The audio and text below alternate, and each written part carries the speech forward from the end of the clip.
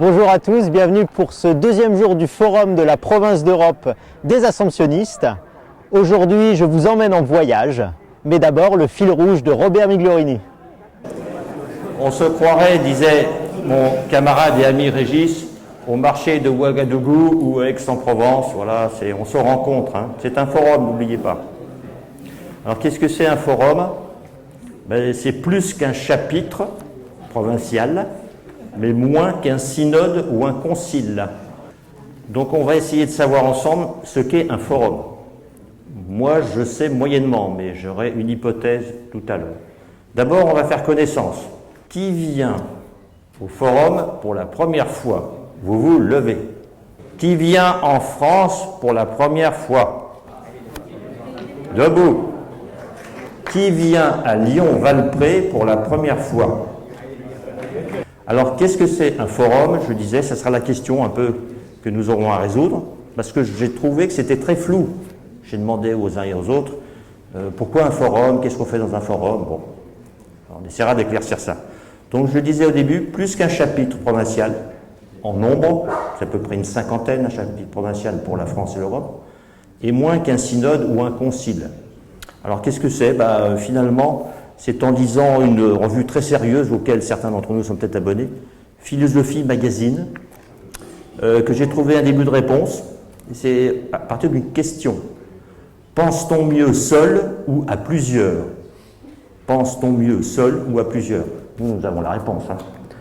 Parce que nous vivons à l'ère de l'intelligence collective. Chose promise, chose due.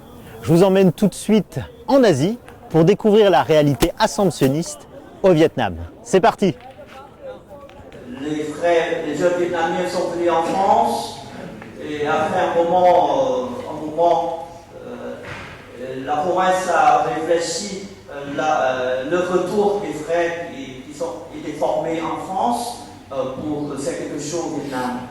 Et voilà ce que c'était. Donc c'était décidé en 2006, le retour. Trois premiers frères vietnamiens étaient formés en France pour la première fondation au Vietnam en 2006. Donc, résumé un petit peu, voilà, on a quatre communautés actuelles. Donc, la communauté de postulants, donc j'étais responsable jusqu'à hier, noviciat, scolastica et une paroisse. Donc, qui va parler de cette paroisse. Une maison de regardement, c'est-à-dire que les jeunes qui nous frappent notre porte, et on a une maison pour le discernement. Et 5 foyers d'étudiants à orphelinat, une maison de ouvriers. Les images sont présentées, ici c'est les foyers. Pourquoi la maison des ouvriers? La maison des ouvriers, c'est-à-dire un logement pour les ouvriers. On leur fait un logement assez bien et là on peut enlever les propositions de la foi parce que les ouvriers ne sont pas catholiques. Et seulement quelques catholiques qui vivent avec eux et on vient d'abord vivre de la vie matérielle. Et deuxièmement, on propose la foi. Ça vous a plu? Maintenant, on change de continent. Je vous emmène en Afrique pour découvrir la réalité assomptionniste au Togo et au Burkina Faso. C'est parti!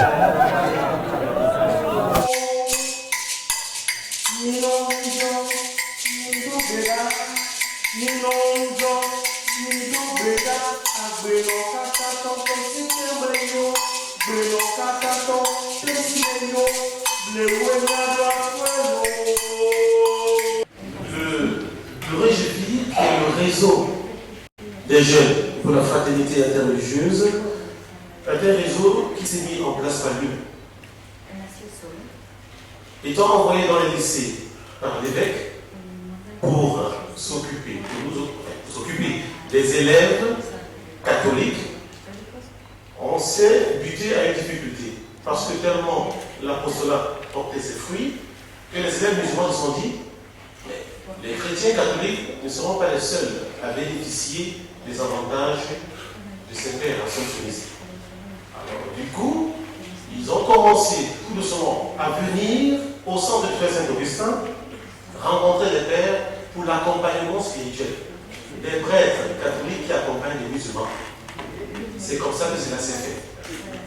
Et à travers également d'autres activités liées au centre culturel Saint-Augustin, entre autres les consultations à la bibliothèque et bien d'autres activités, on s'est trouvé finalement obligé de pouvoir rassembler et les chrétiens et les musulmans dans ce centre.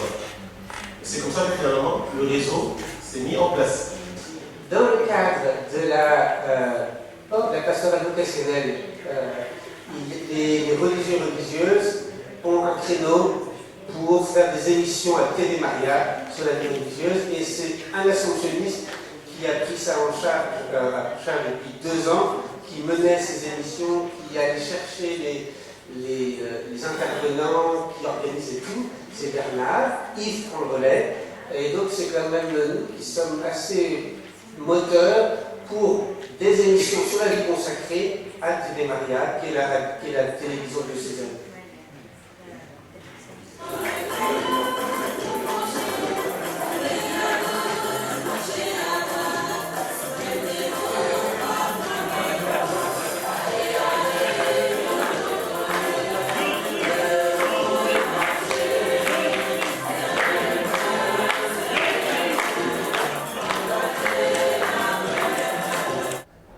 Cette deuxième journée se termine.